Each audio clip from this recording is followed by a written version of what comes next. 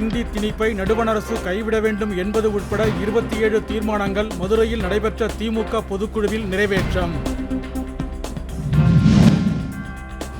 திமுக பொதுக்குழுவில் துரோக அதிமுக என குறிப்பிட்டதற்கு எடப்பாடி பழனிசாமி கண்டனம். திமுக தான் தமிழகத்திற்கு துரோகம் செய்ததாக காட்டம்.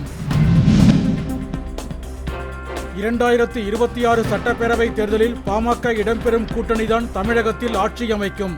அன்புமணி ராமதாஸ் திட்டவட்டம். டெல்லியில் வீடுகள் இடிக்கப்பட்டதால் பாதிக்கப்பட்ட தமிழர்கள் சொந்த ஊர்களுக்கு திரும்பினால் உதவ தயார். தமிழக அரசு அறிவிப்பு. கனமழையால் முல்லை பெரியாறு அணைக்கு நீர்வரத்து அதிகரிப்பு. தேனி மாவட்ட விளைநிலங்களின் பாசனத்திற்காக தண்ணீர் திறப்பு. மாநிலங்களவை தேர்தலில் போட்டியிடும் அதிமுக வேட்பாளர்கள் அறிவிப்பு. தேமுதிகவுக்கு அடுத்த ஆண்டு வாய்ப்பளிக்கப்படும் என தகவல். வணிக பயன்பாட்டுக்கான சமையல் எரிவாயு விலையில் 25 ரூபாய் குறைக்கப்படுவதாக பொதுத்துறை எண்ணெய் நிறுவனங்கள் அறிவிப்பு.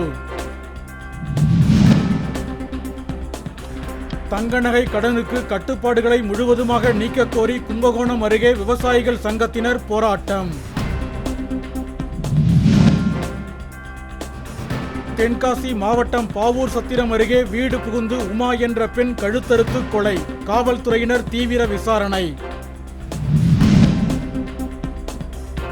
தேனி மாவட்டம் சுருளி அருவியில் நீர்வரத்து சீரானதால் 6 நாட்களுக்கு பிறகு குளிக்க அனுமதி. சுற்றுலா பயணிகள் மகிழ்ச்சி.